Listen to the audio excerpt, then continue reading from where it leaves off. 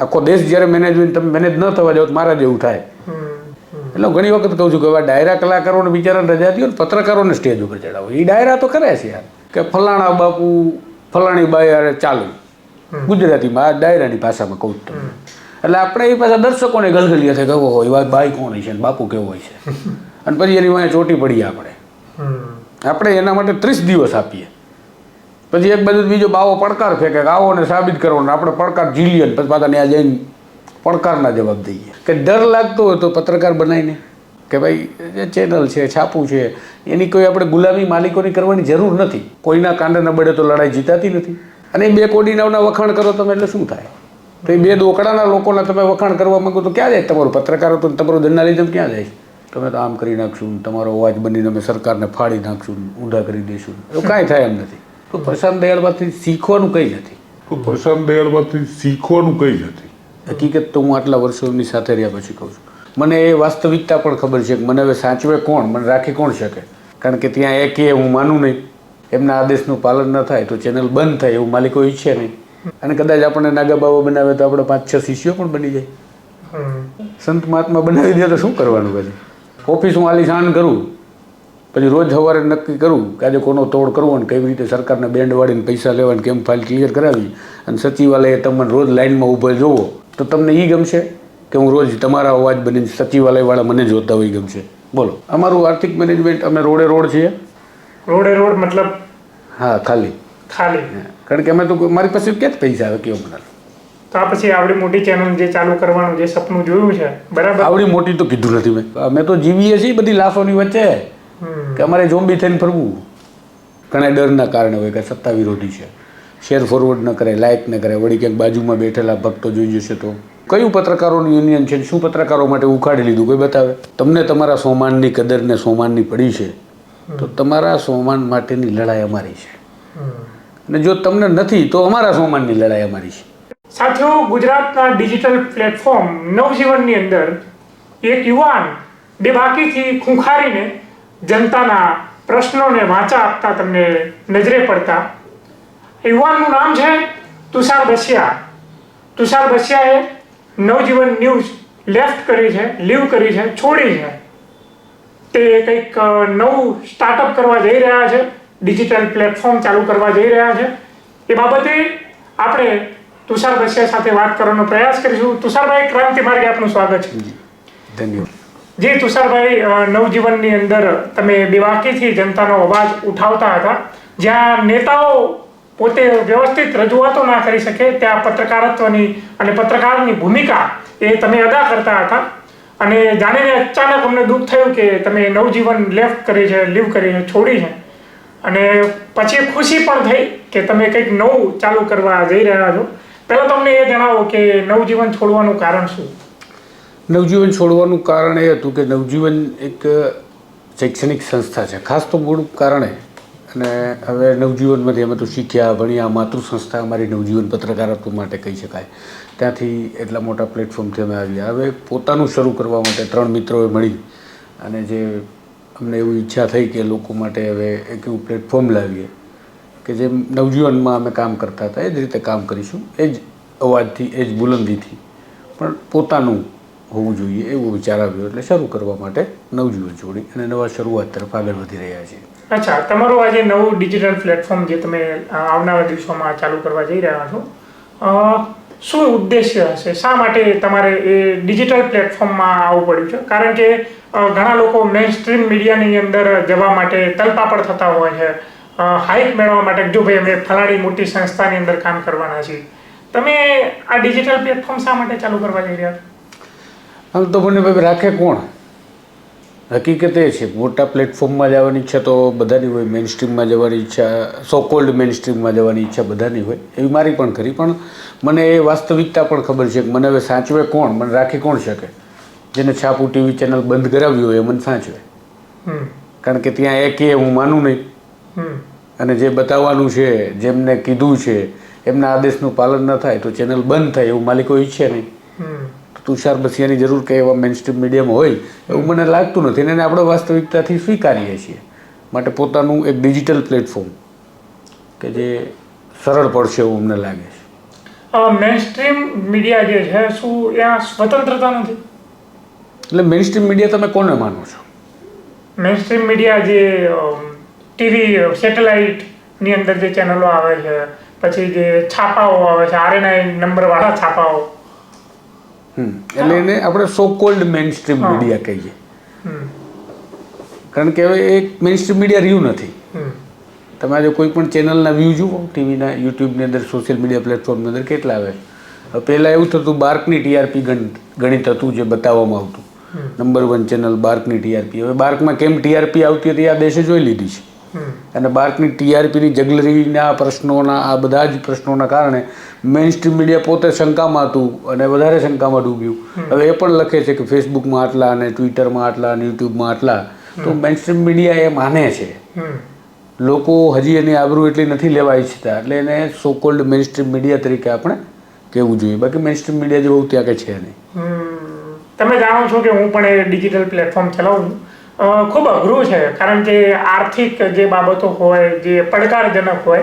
તમે પણ હવે એક સંસ્થા હતી જ્યાં તમને સંરક્ષણ પણ મળતું અને આર્થિક બાબતે પણ તમારા મતલબ પગાર વગેરે કંઈ થતું. પણ હવે અહીંયા તો તમે જે શરૂઆતથી સ્ટાર્ટ કરો છો, આર્થિક પડકારોનું ક્યાંય વિચાર્યું છે? આર્થિક પડકારો તો અમે નવજીવનમાં પણ જોતા હતા, જે અહીંયા જોવાના છે. એટલે એ કોઈ બહુ મોટો પ્રશ્ન નથી. અને બીજું એ છે કે આર્થિક પડકારો શું કામ આવે છે?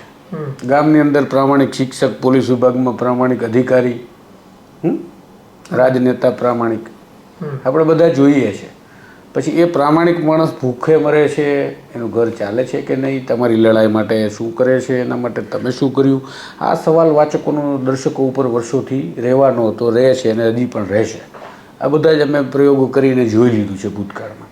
એટલે એવું કંઈ પાછું છે નહીં કે આર્થિક સમસ્યાઓ, કારણ કે આપણા સોમાનને તો ગીરવે નહીં મુકાય ને. આજે મને દર્શકો ભલે એમના સોમાનની ચિંતા એમને ના હોય, આપણને તો હોવી જોઈએ ને, કારણ કે મારા સમાજની વચ્ચેનો એક માણસ છે. તમને જ્યાં જે સંસ્થામાં જ્યારે નોકરી કરતા હતા ત્યારે કદાચ તમારી પર એક કેસ પણ થયો હતો, સુરતની અંદર કંઈક કેસ હતો. ત્યારે તો તમને સંસ્થા તમને ટેકો આપતી, પણ હવે તો તમે એમ કહો છો કે હું તો એકલો કરવાનો છું, 1-2 મિત્રો છે, પણ કોઈ સંગઠન નથી તમારી પાછળ કે જે તમને આવું સંરક્ષણ પૂરું પાડે કે કેસ કબાડા થાય તો તમારું રણધણી કોણ થશે? એવું ક્યારેક ડર લાગે છે કે ભાઈ એકલું કરવા જઈશ તો પછી આ બધું શક્યતાઓ છે? કારણ કે તમે ખૂંખારીને સત્તાની સામે બોલો, જ્યારે તમે બેબાકીથી બોલો અને સત્તાના પાયા હલતા હોય તો પછી એ તમને હલાવવાની કોશિશ તો કરે ને. એ તો કરે ને, સ્વાભાવિક છે, એમને કરવી પણ જોઈએ. ડર લાગતો હોય તો એમને કરવી પણ જોઈએ. પણ એક વાત એ તમને કહું કે ડર લાગતો હોય તો પત્રકાર બનાવીને, અને જો તમારે પત્રકાર બનવું છે તો પછી ડરને કાઢવો પડશે. આજે સંરક્ષણ મળશે કે નહીં મળે, પેલું મને કોઈ છોડાવશે કે નહીં છોડાવે, કોઈ સંગઠન, કોઈ યુનિયન, કોઈ ફલાણું ઢીકડું, કયું પત્રકારોનું યુનિયન છે, શું પત્રકારો માટે ઉખાડી લીધું, કોઈ બતાવે? તો એવું કંઈ એમના કોઈ જોરે કોઈના કાંડા ન બળે તો લડાઈ જીતાતી નથી. કાંડામાં આપણું બળ હોય તો લડાઈ જીતાય. બાકી પેલા હતું જ, રાજા પડી જાય એટલે પછી પૂરું થઈ જાય કાર્યક્રમ, યુદ્ધ પૂરું. પણ કેમ સેના મરી ગઈ? તો કે ના, રાજા મરી ગયો. પણ રાજ જવા દેવાનું? તમે જેના માટે જીવો છો, જે રાજાનું મીઠું ખાધું, જે જમીનમાં પકવેલું અનાજ ખાધું, જેની જનતાએ એના કરમાંથી તમારા પગાર ચૂકવવાની, સેના બંધ થઈ જાય. કેમ? તો કે રાજા પડી ગયા. એવું ના હોય. એટલે જર્નાલિઝમમાં તો એવું ના જોવું જોઈએ એટલીસ્ટ. મેઇન સ્ટ્રીમ મીડિયા અને આ જે ડિજિટલ પ્લેટફોર્મ, તમે આટલા વર્ષોનો જે તમારો અનુભવ છે નવજીવનની અંદર, અને એ પહેલાંથી પણ હું તમને ઓળખું છું, તમે સામાજિક કાર્યકર્તાથી લઈને પત્રકાર રહી ચૂક્યા છો. તમારો અનુભવ શું કહે છે કે આ મેઇન સ્ટ્રીમ મીડિયા જે અત્યારે ટીવી ચેનલોમાં આવે છે અને ડિજિટલ પ્લેટફોર્મ જે સ્વતંત્ર મીડિયા છે, શું તફાવત જોવા મળે છે તમને? કઈ તફાવત નથી. પત્રકારત્વની ક્ષેત્રમાં કઈ તફાવત કઈ નથી. એક દલાલ અને એક એસ્ટેટ બ્રોકર વચ્ચે કેટલો તફાવત? એટલો તફાવત. શબ્દનો તફાવત ખાલી, મતલબ બંને જગ્યાએ દલાલ છે એમ? બંને જગ્યાએ એસ્ટેટ બ્રોકર છે એવું પણ કહી શકાય. તેમ છતાંય તેને વિસ્તૃત રીતે તમે સમજાવવા જાઓ તો? એટલે એક નવો ટ્રેન્ડ શરૂ થયો કે જેના કારણે ઇન્ડિપેન્ડન્ટ જર્નલિસ્ટો, મારા તમારા જેવા, વિમિત એકલો માણસ છે, એકલો થાય એટલી મોટી યુટ્યુબ ચેનલ ચલાવી લીધી, ચાલી ગઈ, બજારમાં એના વિશે વાતો થવા માંડી, લોકો એની ચેનલ જુએ છે. આજે હું વિમિતને ઇન્ટરવ્યૂ આપવા માટે અહીંયા આવું છું. તો આ બધી વસ્તુ કેવી રીતે થઈ? વિમિત એકલાએ કરી. તો ઇન્ડિપેન્ડન્ટ જર્નલિઝમ માટે જ્યારે આપણી પાસે પ્લેટફોર્મ્સ આવ્યા, સોશિયલ મીડિયાના, એટલે કે ડિજિટલ પ્લેટફોર્મ તમામ. એ પ્લેટફોર્મે એક આપણને એડવાન્ટેજ આપ્યા, જેને આપણે લાભ મળ્યો એટલે આપણે એ કામ કર્યું, અને એક આપણને સ્વતંત્રતા પણ મળી. બરાબર કે ભાઈ જે ચેનલ છે, છાપું છે, એની કોઈ આપણે ગુલામી માલિકોની કરવાની જરૂર નથી. જો આપણે કરવી છે અને પગારનું બહાનું કાઢવું છે તો કરવાની જ છે, પણ આપણે પગારનું બહાનું નથી કાઢવું, કામ કરવું છે, જર્નાલિઝમ કરવું છે, તો હવે એની કોઈ આપણે જરૂરિયાત નથી. એટલે હવે જેટલા બહાના વધ્યા છે ત્યાં પડ્યા છે. એટલે પછી જેમ ડિજિટલમાં આવવા માંડ્યા, એટલે પછી જે લોકો કે જેમના હિત આમાં સંડોવાયેલા હોય, કે મેનેજ કરતા હતા મીડિયાને, એ હવે ડિજિટલ મીડિયાને મેનેજ કરવા માટે મજબૂર બન્યા. એ પણ હોશિયાર છે. જેમ ચેનલો ખરીદાય, જેમ અખબારો ખરીદાયા, જેમ સ્ટેક ખરીદાઈ જાય, અને ઘણી વખત બારોબાર જમીનો અપાઈ જાય, આ બધું થતું હોય છે, કારણ કે કોર્પોરેટ આફ્ટરઓલ મીડિયાને હેન્ડલ કરે છે, રૂલ કરે છે. તો એવું આમાં પણ થાય છે. બરાબર. એટલે આજે મેનેજ ડિજિટલ જર્નલિઝમ નથી થતું એવું નથી. આપણે અમદાવાદની પૌળની વાત કરીએ અને ભેગી ઓલિમ્પિકની વાત કરીએ, વોટ ઇઝ શું કહેવા માંગો છો? આપણામાં 2 દિવસ પહેલા સરકાર આમ કરતી હતી, ત્રીજા દિવસે સરકારની જાહેરાત તો શું કહેવા માંગીએ છીએ? મુખ્યમંત્રીને આપણે પહેલા ગાળો દેતા હોય, પછી એવું કંઈક મુખ્યમંત્રી તો બહુ સારા, આપણે બ્રિજ નીચે જઈને શું કરીએ છીએ? આ જર્નલિઝમ છે. તો કેવી રીતે તમે કહો કે ઇન્ડિપેન્ડન્ટ જર્નલિઝમ છે? યુટ્યુબથી કોઈનો ધંધો ચાલે, રોટલા સિવાય કંઈ નીકળે? તમને ખબર છે? હું એ જ કહું છું. મને ખબર છે, અમે તો ચલાવીને બેઠા, તમે ચલાવી રહ્યા છો, તો તમને ખબર છે ચાલે, ઘર ચાલે, નેવે પાણી આવી જાય. હા, તો પત્રકાર રાખવા પોસાય, તમને બૂમ લેવા પોસાય, કાર લેવી પોસાય, મોંઘા ખર્ચ પોસાય? કેવી રીતે થાય? ના થાય, સ્વાભાવિક છે. એટલે હું કોઈને ક્રિટિસાઇઝ નથી કરતો, કારણ કે જીવવા માટે બધું કરવું પડે. આખો દેશ મેનેજ છે, એની વચ્ચે તમે મેનેજ ના થાવ શું થાય? મારા જેવું થાય. આખો દેશ જ્યારે મેનેજ હોય, તમે મેનેજ ન થવા જાવ તો મારા જેવું થાય. એક્ટિવાનું પંચર પડે, તમે એને ઘસડીને જાઓ, ટાયર ફાટી ગયું છે તો પૈસા નથી, બીજા દિવસે તમે ટાયર બદલાવીને લઈ આવો, એ પૈસા ચૂકવવા માટે આવતા મહિનાની રાહ જુઓ, યુટ્યુબમાં કોઈ સ્ટ્રાઇક ના આવે તો આવું થાય. તો એવો પત્રકાર જોયો કોઈને એની જોડે આવું થતું હોય? તમે જોયું કે આપણા મેકઅપ નથી ઉતરતા? અને આપણે વાત કરીએ છીએ જર્નલિઝમ મેનેજ ના થાય, ડિજિટલમાં થાય. કેમ ના થાય? બધું થાય. પૈસા ફેંકો એટલે બધું મુદ્રા કરે, નથી કરતા? મને આ ખબર ના પડી. મેનેજ મતલબ ડિજિટલને કઈ રીતે મેનેજ કરી શકાય? એવી રીતે મેનેજ કરવાનું કે તમને પહેલા સરકારના વિરોધી બતાવવાના, સત્તાના વિરોધી બતાવવાના, એન્ટી એસ્ટાબ્લિશ અંગ્રેજીમાં બતાવવાના.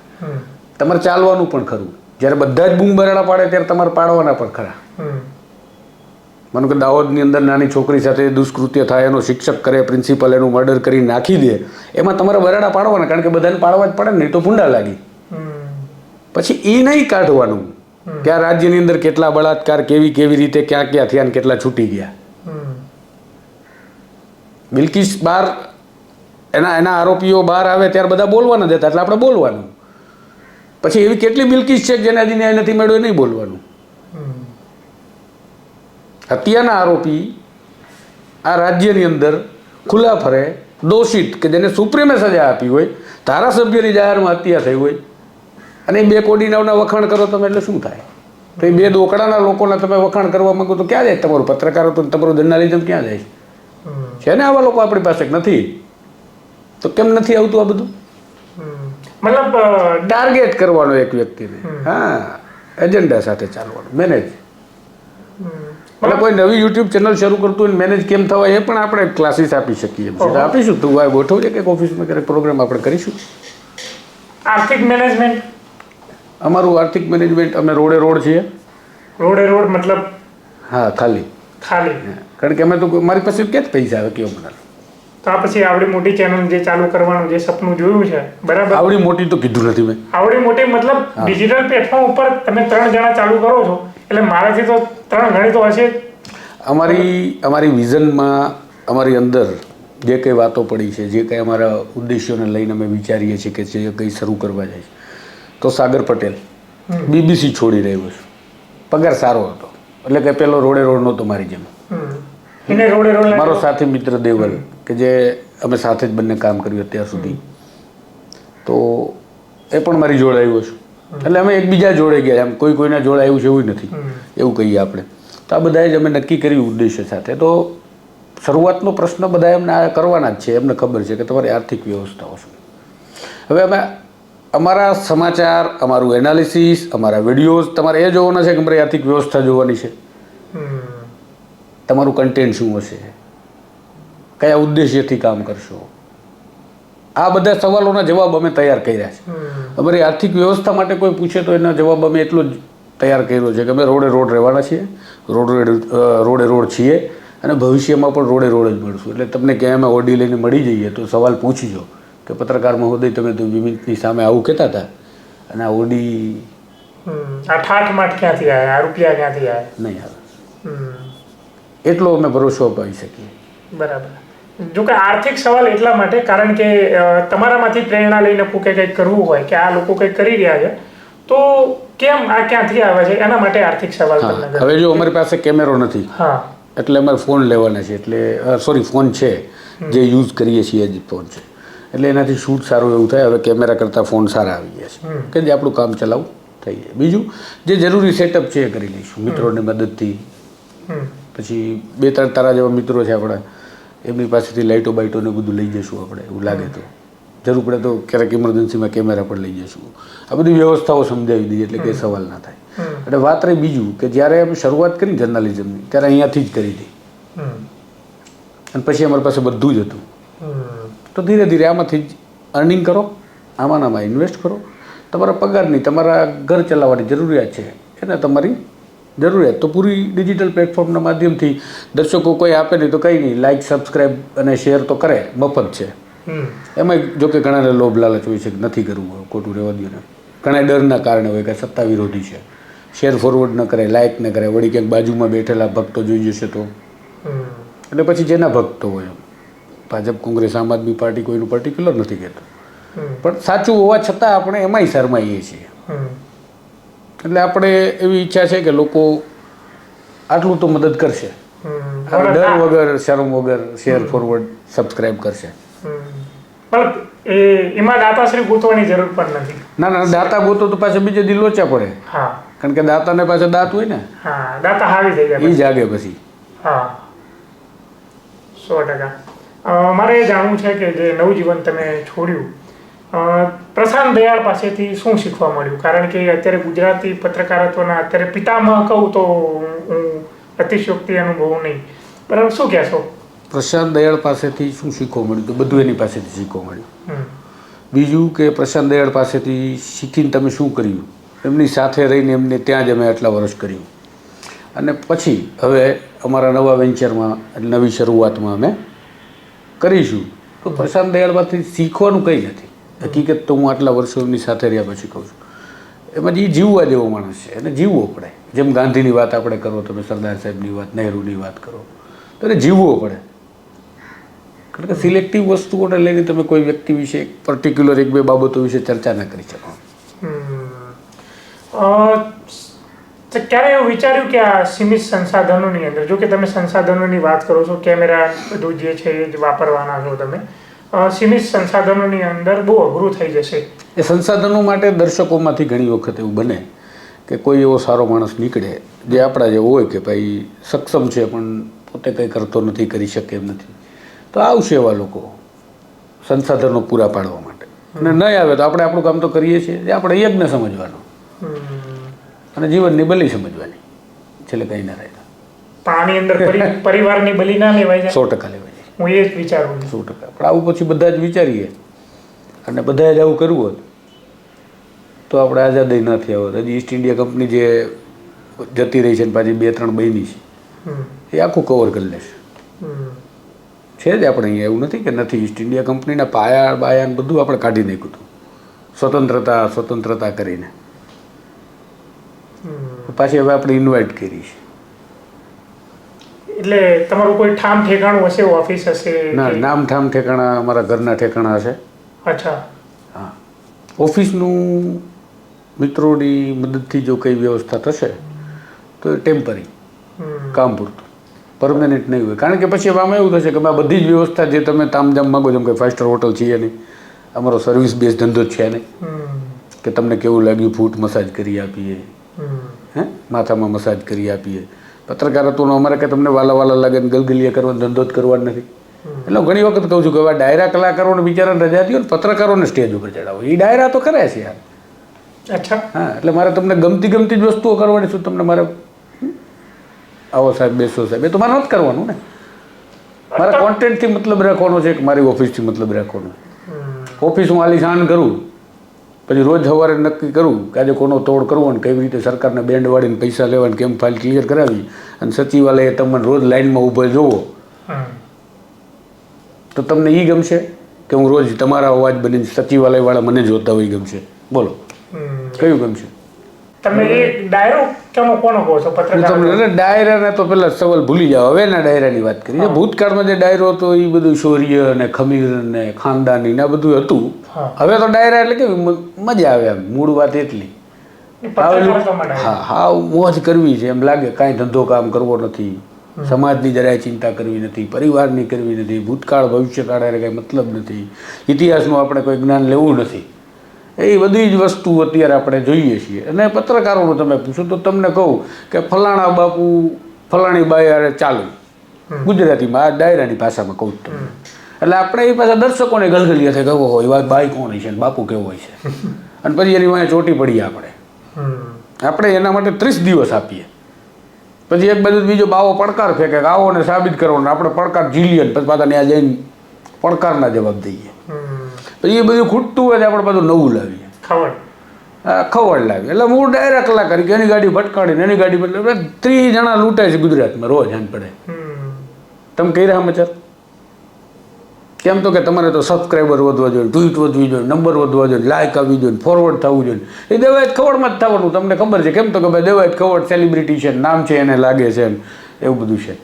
એટલે તમે કરો એટલે પછી તમે 15 દીની પાછળ નાખી દઈએ. આ રાજ્યની અંદર કેટલા લોકો આજે પણ સરકારી અનાજ પર જીવે છે, આ દેશની સ્થિતિ શું છે, આ રાજ્યમાં ઇન્ડસ્ટ્રીયાલિસ્ટો શું કરે છે, રાજ્યની કેટલી લાખો એકર જમીનો જતી રહી, ક્યાં ગઈ, આ દેશની અંદર બજેટ, રાજ્યના બજેટ, બાળકોના શિક્ષણ, મફત શિક્ષણ બંધ અથવા તો મફત શિક્ષણના નામે ડિંડક, સરકારી શાળાઓમાં આરટીઈના નામે શું ડિસ્ક્રિમિનેશન, વંચિતોની સ્થિતિ, દલિતોની સ્થિતિ, મુસલમાનોની સ્થિતિ, ગરીબોની.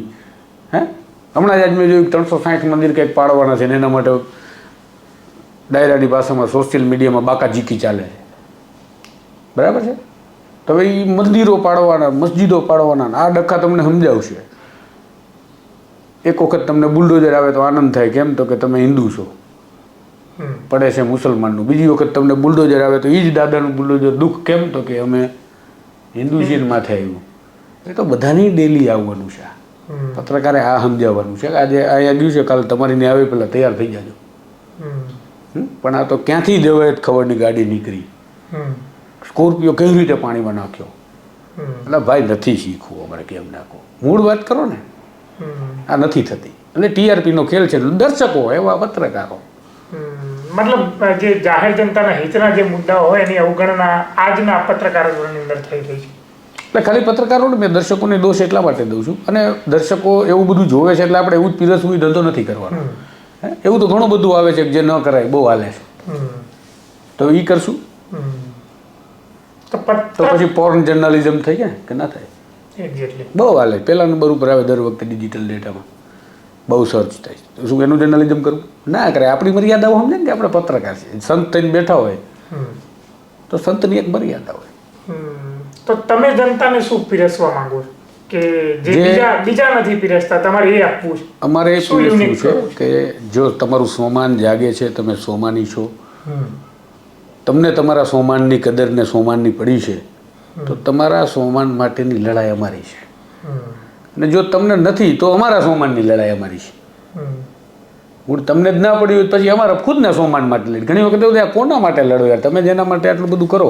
આ સુરેન્દ્રનગરમાં ઘણી વખત ઘટનાઓ થાય, ભેખડ કરીને મળી જે માણસ અંદર મૃત્યુ પામે ને શ્રમિકને લઈ જાય ને અમે બહુ બહાર કાઢવા કોશિશ કરીએ ને પછી કદાચ ગુનો નોંધાઈ જાય ને પછી પેલા પાર્ટી પૈસા લઈ લે ને આ બાજુ પાર્ટી સમાધાન કરીને એવી વાતો આવે બધી. એટલે ઘણા એમ કે આમાં તમને શું ફાયદો એમ. એટલે કીધું કે ભાઈ એના માટે અમે નહોતા કરતા યાર, અમે અમારા માટે કરતા હતા. એમ સમજો કે અમે તો જીવીએ છીએ બધી લાશોની વચ્ચે કે અમારે ઝોમ્બી થઈને ફરવું. એટલે સોમાન લોકોનું જળવાય, જળ જંગલ જમીન એનું પણ સોમાન જળવાય. આ દેશ દરેક મહિલા, દરેક સફાઈ કર્મચારી, દરેક આદિવાસી, દલિત, ગરીબ, રસ્તે સૂતો પણ માણસ હોય એનું સોમાન જળવાય. એટલા માટે આ બધું કરીએ છીએ. પછી એમને કદર નથી તો અમારું સોમાન જળવાય એટલા માટે કરીએ છીએ, એવું માનીને ચાલવાનું. પણ આ સ્વમાનની અંદર પોતાનું નુકસાન તો થાય ને, પોતાના સ્વમાન જળવવાની અંદર. એટલે આમાં હવે સિસ્ટમ એવી થઈ ગઈ છે કાં સ્વમાન જળવાય અને કાં તમારું આર્થિક જે કઈ વ્યવસ્થાઓ જેને આપણે માનીએ છીએ એ જળવાય. વાત તમારી સાચી છે, સ્વમાન માટે આર્થિક નુકસાન તો થાય. હવે આ બેમાંથી સિલેક્ટ કરવાનું હોય તમે કોને કરો. અને ઘણા લોકો સ્વમાન જાળવવા રહે એને મૂર્ખ કહે છે કે ભાઈ આ તો મૂર્ખામી છે, ઘર પરિવારનું કંઈ વિચારતા નથી, એક્સ્ટ્રા. એટલે તો મેં કીધું કે લાશોના શહેરમાં જીવતા માણસ દેખાડવા માટે આવીએ તો એવું માનવાનું. વાહ. તો આવનારા દિવસોની અંદર જે અંદાજ હતો જે નવજીવન એ જ અંદાજ હશે કે કંઈક નવું લઈને આવો છો? એટલે આ તો પેલું કે ને પ્રાણ અને પ્રકૃતિ તો જોડે જાય, એટલે અંદાજ તો એ રહેવાનો સ્વાભાવિક રીતે. બીજું કે જે મુદ્દાઓ છે મોટા ભાગના મુદ્દાઓ ત્યાં અમે એ જ કવર કરતા હતા, પણ એની અંદર એડોન અમે એવું કરવા માગીએ છીએ કે વચ્ચે વચ્ચે અમે જે મુદ્દાને નામ પડે ને ત્યાં લોકો ડરે છે કે ફલાણા ભાઈ ઇન્ડસ્ટ્રીયાલિસ્ટ, એની મેટર થાય એટલે અમે એવું કહીએ છીએ કે એના બાપુજીની પણ થાય. ફલાણા ભાઈ કેસમાં ફિટ કરાવીને છે જેને તેને, મોટી કંપની છે તો એના બાપુજીની સ્ટોરી થાય, આપણે ભલે ફિટ કરાવી શું ફેર પડે. આપણે ગુમાવવાનું છે ગુમાવવાનું એને, આપણે ભેગું જ નથી કરવું તો આપણને ક્યાંય ડરવાનું નથી. એટલે મૂળ કે જ્યાં નથી કોઈ જવા માંગતું, કે જેના નામ સુદ્ધા કોઈ લેવા નથી, બાહુબલી. બીજું કે ઇન્વેસ્ટિગેટિવ કામ જેમાં અમારી એક્સપર્ટાઇઝ હતી એ ઇન્વેસ્ટિગેટિવ, કે ભાઈ આ જગ્યાએ 8 જણા મરી ગયા એવા સમાચાર સૂત્રો દ્વારા પ્રાપ્ત થયા, આપણા સૂત્રોને આપણે વેરીફાઈ કરીએ, આપણે તપાસ કરીએ, પછી પોલીસ સરકાર બધા એમ કહી દે કંઈ નથી મળતું તો આપણે તપાસ કરીશું, જરૂર પડે તો એ કામ કરીશું ઇન્વેસ્ટિગેશન, કે હકીકત શું હતી, નથી તો એ પણ બતાવવાનું કે નહોતું કાંઈ ભાઈ ખોટી વાત હતી, છે તો પછી કહેવાનું ખોદો. હવે જોકે આ સવાલ મારે ના કરવો જોઈએ, તેમ છતાં હું કરીશ કે ગુજરાતના ડિજિટલ પ્લેટફોર્મ ઘણા બધા થઈ ગયા છે. 10 લાખથી લઈને અત્યારે 1 લાખથી લઈને 50,000 વ્યૂઝવાળા, મતલબ સબસ્ક્રાઈબરવાળા. આ બધાથી હટકે તમે એવું તો શું કરશો? અમે હટકે એ કરીશું કે જે છે એ બતાવીશું, અમારા લાભ માટે એમ કંઈ નહીં બતાવી, વાસ્તવિકતા કોઈ પણ પ્રકારની છે એમાં અમે જરાય બતાવવામાં શરમ નહીં ભરીએ. બીજું કે અમે એવો પણ સવાલ કરીશું કે માનો કે આરોપી પક્ષે ઘણી વખત એવું થતું હોય છે કે મીડિયા ટ્રાયલ થઈ જતી હોય છે, તો વાસ્તવિકતા કંઈક અલગ હોય છે, તો એ પણ સમજાવવાનો દર્શકોને પ્રયાસ કરજો. આજે માનો કે આજે મારા 60 રૂપિયાના બૂટ પડી જાય છે, અથવા તો કોઈ માનો કે લૂંટી જાય છે, અને મેં ફરિયાદ તો મારે એવું ના કહેવાય ને કે 600 રૂપિયાના બૂટ ચોરાઈ ગયા, અથવા તો પોલીસ પણ લખી લે છે કે આ ભાઈના 600ના બૂટ હતા, તો હું સવાલ તો કરું ને કે ભાઈ આ કંપનીના બૂટ ક્યાંય 600ના તો મળતા જ નથી, તો આ ભાઈ લીધા ક્યાંથી પહેલાં તો એ તપાસ કરો. અને નાની નાની જે બારીક બાબતો છે, પણ હજારો કરોડના આંકડા હોય, હું જે વાત કરું છું એ નાના રકમમાં મેં તમને સમજાવી, તો એવું નહીં થવા દઈએ એવો અમારો પૂરો પ્રયાસ રહેશે. અને અમારે કોઈ બીજી પેલી કંઈ મોટી ગુલભાંગો ફૂંકવી નથી, તમે તો આમ કરી નાખશું, તમારો અવાજ બનીને અમે સરકારને ફાડી નાખશું, ઊંધા કરી દઈશું, એવું કાંઈ થાય એમ નથી. 7 વર્ષમાં 6 વર્ષમાં કન્ટિન્યુ જર્નલિઝમમાં મેં જોઈ લીધું કે એવું કંઈ થાય નહીં, લોકોની સમક્ષ ઉજાગર થાય, લોકોને રસ પડે તો સરકારને દબાણ આવે, બાકી તો બંને પક્ષે ગલગલિયા થાય. અમારા સમાચાર આવ્યા તમે જોયા. મારે એ જાણવું છે કે પત્રકાર કોઈ મુદ્દાને લઈને ન્યાય અપાવી શકે ખરા? મુદ્દાને હા અપાવી શકે, કેમ નહીં? તો ઘણી વખત એવું કહેવામાં આવે છે કે પત્રકારે તો ખાલી ઇન્ફોર્મેશન આપવાની હોય, ટપાલીની જેમ કામ કરવાનું હોય, ત્યાંથી માહિતી મળી તો આપણે પધરાવવાની હોય, અને માહિતી તમે જેમ જોયું કે જનતાને ગલગલિયા થાય સાંભળીને, તો કેવી રીતે ન્યાય મળે? પણ અત્યારે પત્રકારો ઇન્ફોર્મેશન બીજા જોડે માગતા હોય છે, એ શું પાછી આપણને ઇન્ફોર્મેશન દેવાના? સ્થિતિ વાસ્તવિક છે આ. હકીકતે તો તમારે જો વાત કરવી છે જર્નલિઝમમાં, તમે એવું કહો છો કે આપણું કામ માત્ર આટલું છે, વાત સાચી. સમાચાર પત્રોની અંદર એવા સમાચારો પણ હોય, ટીવી ચેનલની અંદર એવા સમાચાર પણ હોય કે ભાઈ એક જગ્યાએ અકસ્માત થયો, 2 જણા જતા હતા, લગ્ન પ્રસંગથી પરત ફરતા હતા, આ ગામના હતા, આ ગામથી આવતા હતા, આ ગામના પાટિયા પાસે અકસ્માત થયો, આ વાહન હતું એને ઉડાડી દીધા અને ત્યાં ફંગોળાયા અને મૃત્યુ પામ્યા, અથવા તો હોસ્પિટલ લઈ ગયા અને સારવાર દરમિયાન મૃત્યુ થયું. આ 5W1H ને આપણે જે વાત કરીએ જર્નલિઝમના અભ્યાસમાં આ હોવું જોઈએ. પણ પછી આ વાહનને ધારાસભ્યની ગાડી ઉડાડે અને જતી હોય ફોર્ચ્યુનર અને બની જાય મારુતિ ફ્રન્ટી, તો પછી પત્રકારે શું કરવાનું? માહિતીનું આદાન પ્રદાન. કે પોલીસ એવું કહે છે કે અહીંયાથી એક મારુતિ ફ્રન્ટી જતી હતી ને અહીંયાથી અથડાઈ ગયા ને તે પડી ગયા ને આ કરવાની જ કહાની. મતલબ એફઆઈઆર વાંચી નાખવાની.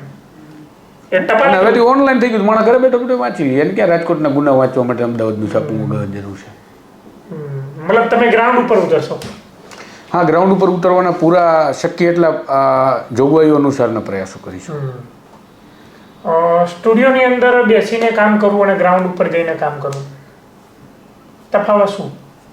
કારણ કે જે ન્યૂઝ લેવાની હોય એ ઘણા લોકો તમે કોણ ઇન્ફોર્મેશન ત્યાંથી પણ લઈ જાય છે, વિઝ્યુઅલ લઈને સ્ટુડિયોમાં એડિટ કરીને બી કરી નાખે. શું તફાવત ગ્રાઉન્ડ ઉપર જઈને શું પ્રાપ્ત થાય? ખેડૂતોની આવક ડબલ થઈ એવું મોદી સાહેબ પાર્લામેન્ટમાંથી કહે, એટલે નીચે ખેડૂત વ્યાજે રૂપિયા ગોતતો, એની વચ્ચે કેટલો તફાવત? એટલો તફાવત. એટલે વ્યાજે વ્યાજે ગોતતો હોય એને પકડીને એનું ઇન્ટરવ્યુ લેવાનું કે ડબલ થઈ ગયું હોય તો વ્યાજે કેમ ગોતો છે ભાઈ તમે પૈસા? બરાબર. એટલે પત્રકારત્વની અંદર જે ગ્રાઉન્ડ જે લોકોએ છોડ્યું છે, બરાબર, તો એનું પત્રકારત્વનું નુકસાન કેટલું ગયું છે? કે મોટા મોટા સ્ટુડિયોની અંદર જઈને પાછળ બેકગ્રાઉન્ડની અંદર અલગ અલગ વિઝ્યુઅલ ચાલુ કરી દેવાના અને ગ્રાઉન્ડ સાથે સંકળાયેલું ના રહેવાનું, શું નુકસાન ગયું? એટલે એન્કર અને પત્રકારોને વચ્ચેનો બહુ મોટો ભેદ છે. હવે એન્કર અને પત્રકાર માની લ્યો તમે તો એ તમારી ભૂલ છે. સ્ટુડિયોમાં એન્કરિંગ થતું હોય, એન્કર કામ કરતો હોય, પત્રકાર પણ એન્કરિંગ કરતો હોય, એન્કરિંગનું કામ કરતો હોય, પણ બેની વચ્ચે એક તફાવત હોય. પત્રકાર જમીનની વાત કરતો હોય. પત્રકાર માટે સેન્ટરની અંદર પોતે ના હોય, એનું પાત્ર હોય. આજે વિમિત કોઈ આદિવાસી વિધવા મહિલાના ગામમાં જાય છે અને મહિલા એટલા માટે વિધવા બની કે એ મહિલાના પતિને સમયસર સારવાર ન મળી, કારણ કે ત્યાં જેવો રસ્તો નહોતો અને એ વિધવા મહિલાની 2 બાળકીઓ હતી. આ એક પત્રકાર તરીકે એક ભાવનાત્મક રીતે જોડાયેલો મુદ્દો હોવો જોઈએ. વિમિત પછી ત્યાં જાય અને એવું કે અમે ફલાણા રસ્તા વગરના ગામમાં વિમિતભાઈ પહોંચ્યા, તો તમે શું કહો? તમારા માટે સેન્ટરમાં કોણ છે? તમારું પાત્ર કે તમે? આ થાય. મતલબ જે એન્કર છે, જે મોડલિંગ કરીને આપતા હોય એવી રીતે સરસ મજાના કપડાં પહેરી, શું એનો પત્રકાર આપણે ના ગણી શકીએ? ના જ ગણાય. એને શું ગણવું? શું ગણવાનું? એને તો એન્કર જ ગણવાના ને ભાઈ. આપણે બીજું શું ગણી શકીએ? જી, તમે જે નવું સ્ટાર્ટઅપ કરવા જઈ રહ્યા છો, તમને ખૂબ ખૂબ શુભેચ્છાઓ. અમે આશા રાખીએ છીએ કે તમે ગ્રાઉન્ડ સાથે જોડાયેલા રહો અને તમે જે રીતે બેબાકીથી વાત કરી કે અમુક મુદ્દાઓ એવા હોય જ્યાં બાહુબલી હોય, મોટા મોટા ઇન્ડસ્ટ્રીયલ હોય, એની સામે કોઈ પડવા. બાહુબલી રહ્યા જ નથી ભાઈ. હજી પાછું વળી વખત પેલા ગોંડલવાળા છે ને ભાઈ, ક્યાંય કોઈ બાહુબલી નથી. મીડિયાવાળા બતાવવા છે, બધા જ પોલીસ સ્ટેશને ફરિયાદ કરવા જાય છે, કોર્ટમાં જ જાય છે ને. કોઈ સીધો હિસાબ કરવા આવ્યો? બાહુબલી પૂરા થઈ ગયા છે. હવે જે બાહુબલી છે એ તો કોર્પોરેટ્સ છે યાર. તો આ રીલ સો કોલ્ડ કોર્પોરેટ્સ એકચ્યુઅલ બાહુબલી છે. બરાબર? એ ઈચ્છે એ થાય. એ જે ખોટું કરે છે ને એ કાયદો બનીને આવે. કાયદામાં ગેરકાનૂની કામ હોય કે પિસ્તોલ ચલાવવી એ ગેરકાનૂની છે, હાથી પાડવો એ ગેરકાનૂની છે, સિંહ પાડવો એ ગેરકાનૂની છે, પણ હું કાયદામાં જ લાવી દઉં કે 2000 કરોડ રૂપિયા હોય તો હાથી ઉપર બેસાય, પડાય અને આખા કંપનીમાં ચકરડો મરાવાય. તો હાથીની પગમાં સિંહને બાંધી અને ફેરવી શકાય. હું કાયદામાં જ લાવી દઉં કે જો તમારા પિતા પાસે 2000 કરોડ હોય તો તમે આ કરી શકો. તો મતલબ જે સરકારમાં છે એ જ બાહુબલીને સરકારમાં છે નહીં, સરકારમાં આ લોકો લાવે છે. અચ્છા, કોર્પોરેટ્સ સરકાર બનાવે, એ લાવે, એ ઈચ્છે તો કાલે વિમિત પણ આ દેશનો પ્રધાનમંત્રી બની જાય. ભલે મને નથી ગમતો, આખા દેશને નથી ગમતો. મુખ્યમંત્રી પણ બની જાય, ગૃહમંત્રી બની જાય, જેની જેટલી કેપેસિટી, જેટલું કામ. તો નેતાઓ તો એમ કહે છે કે જનતા જનાર્દને એમણે વોટ આપ્યા, જનતાએ એમને બનાવ્યા, અમારી સરકાર તો જનતા નહીં. તો આ બધું શું સમજ? કોર્પોરેટ જ બધું કરતું હોય તો કોર્પોરેટ સૌ બધું કરતું ન હોય અને એ લોકો જનતા જનાર્દનના મતે ચૂંટાતા હોય. તો એ લોકો ઘણી વખત તમે આંદોલનમાં જુઓ, ગુણગુણાટમાં વાતોમાં જુઓ કે ભાઈ આ તો મોદી સાહેબના નામે ચૂંટાણો, બાકી ચૂંટાય એવો નહોતો. અથવા એ જ લોકો કહેતા હોય કે અમને મત નથી દેવાનો, મોદીને દેજો. ના, કોંગ્રેસવાળો કહેતો એમને ન દો, રાહુલ ગાંધીને દેજો. તો તમારે ત્રીજાનું નામ શું કામ બોલવું પડે? વિવિધ આટલો સારો માણસ ચૂંટણી લડતો હોય તો તારા નામે તારા વિસ્તારની તો ચૂંટણી લડાય કે મારા નામે લડાય? તમે સમજાવો. તો આવું શું કામ થાય છે? પોસ્ટર બોય બને ક્યાંક કોઈ દિવસ ડેમોક્રેસીમાં કોઈ પોસ્ટર બોય બનવા માંડ્યા ને હવે આપણે જોઈશું. કોરોનામાં કોઈ કંપની નફો કરતી હતી? કોણ કરતી હતી? નાના માણસો, સામાન્ય લોકો એકબીજાના મકાનના ભાડા માફ કરતા હતા કે ભાઈ સારું 2 મહિનાનું ભાડું ન દેતા, બીજું દેજો. આ લોકોએ તમને એક ડિલિવરી મફત આપી. આ કોર્પોરેટ જે આખા દેશની પોણા ભાગની સંપત્તિ લઈને બેઠા એને તમને શું મદદ કરી? અને જે કરીએ પણ CSRમાંથી કરી છે. CSR તેને બાપુજીને પણ આપવું પડે. આ કેમ તમને નથી સમજાવતા હિસાબ? એનું કારણ આ છે. એટલે બાહુબલી રિયલ એકચ્યુઅલ બાહુબલી આ જ છે. એ જ નક્કી કરે છે કોણ ચલાવે. અને આ બધા સાથે પત્રકારત્વની ક્ષેત્રમાં તમારે વાત પણ ભીડવાની આવી શકે છે, કારણ કે તમે જે રીતે બતાવી છે તૈયારી. મારી જોડે બાદ ભરશે? હું અભડાઈ નહીં જાય લોકો આટલા મોટા માણસો તો લાગે છે. એ પણ તમારું પણ નુકસાન જાય કદાચ એ તમે બાદ ભરવા જાઓ. શું નુકસાન જાય? આ પહેરેલા કપડાં દેખાય છે નહીં વધે, બીજું શું થશે? તો આપણે પછી કુંભમાં મળીશું, નાગા બાવાની જમાત. ત્યાં કંઈક તો હશે ને રિપોર્ટિંગ કરવા જેવું, એ કરીશું. કપડાં નહીં રહે તો કેમેરો ક્યાંથી રહેશે? કેમેરો નહીં રહે તો અત્યાર સુધી જેમ ચેનલને છાપાની ગુલામી હતી એની જગ્યાએ યુટ્યુબ આવી ગયું અને કેમેરાની જગ્યાએ મોબાઈલ આવી ગયા. એમ કંઈક નહીં નવું આવી જાય ત્યાં સુધી. અને કદાચ આપણે નાગા બાવા બનાવે તો આપણે 5-6 શિષ્યો પણ બની જાય. આવી હિંમત કરે તો એ નાગા બાવા પછી ગ્રાઉન્ડ ઉપર જશે એમ. તો બીજું તો શું કરવાનું? સંત મહાત્મા બનાવી દે તો શું કરવાનું પછી? પણ ખરેખર આ જે તમે કરવા જઈ રહ્યા છો એ બહુ કઠિન રસ્તો છે, કારણ કે હું 1.5 વર્ષથી બાઇક કરી રહ્યો છું એકલા. હા, પણ મારો ફાયદો છે કે અમે એકલા નથી, અમારી 3 લોકોની ટીમ છે. એટલે પેલી છકડો રિક્ષા જેવું કામ કરે, 3 વ્હીલવાળી. 3 વ્હીલવાળી છે તમારી ગાડી, બરાબર. ખૂબ તમે પ્રગતિ કરો એવી હું શુભકામનાઓ પાઠવું છું. અને જનતાનો જે અવાજ છે એ બેબાકીથી તમે હંમેશા પત્રકારત્વ કરીને ઉઠાવતા રહો. ખૂબ ખૂબ શુભેચ્છાઓ. અને સાથીઓ તમે જોતા રહેજો આમને પણ. હા, એક સવાલ તમને કરવાનો રહેજો કે કેટલા સમયગાળાની અંદર, બરાબર, વિથિન કેટલા દિવસોની અંદર, મહિનાની અંદર તમે ડિજિટલ પ્લેટફોર્મ લોન્ચ કરવા? માર્ચ એન્ડ અથવા એપ્રિલ સુધીમાં અમારી ગણતરી છે. જો જે પ્રમાણે કામ ચાલે છે બધું પૂર્ણ થઈ જાય તો માર્ચ એન્ડિંગ અથવા એપ્રિલ માસમાં શરૂ થશે. અને તમારા જેવા મિત્રોનો સહયોગથી અમે પ્રમોશન પણ તમારી ચેનલમાં જ કરાવું છું. આપણે તો પેલા છાપાવાળા જેવું નહીં કરીને કે એકબીજાની જાહેરાતના પૈસા લઈએ. અને જેટલા પત્રકારો છે એ અમને સન્માન, સોમાન, અમારી ઇજ્જત, અમારા કામને બિરદાવવા માંગતા હશે, આવી નાની મોટી યુટ્યુબ ચેનલોવાળા, એમને પણ અમે કહીશું ભાઈ અમને પ્રમોટ તમારી ચેનલમાં કરી દો. શરૂઆતનો તબક્કો કપરો હોય, તમને ખબર છે. તો સારા માણસો હશે એમને પ્રમોટ કરશે. જોઈ લે, ગુજરાતને પણ ખબર પડે. પણ મારા માટે એક આનંદનો મતલબ વાત છે, આનંદની વાત છે કે ભાઈ ક્રાંતિના મેદાનમાં હવે હું એકલો તો નહીં પડું. અમારી સાથે તુષારભાઈ અને એમના સાથીદાર જે મિત્રો છે દેવલભાઈ છે, અને BBC છોડીને આવેલા સાગરભાઈ જેમનો ખૂબ મસ્ત મોટો પગાર હતો, એ પણ હવે સંઘર્ષના માર્ગે છે. કારણ એમને ઘણું બધું જણાવી દીધું કે કોર્પોરેટની અંદર, જે મીડિયાની અંદર શું ચાલી રહ્યું છે. બસ અમને ઇંતજારી રહેશે કે જલ્દીમાં જલ્દી એમનું જે ડિજિટલ પ્લેટફોર્મ આવે, અને જ્યારે એ આવે ત્યારે અમારા દર્શકો જે તમે જોઈ રહ્યા છો આપણી ચેનલની અંદર પણ એમનું પ્રમોશન પણ થશે. અને ખાસ કરીને એમની ન્યૂઝ જોતા રહો. ક્રાંતિમાર્ગ ઇન્કલાબ જિંદાબાદ.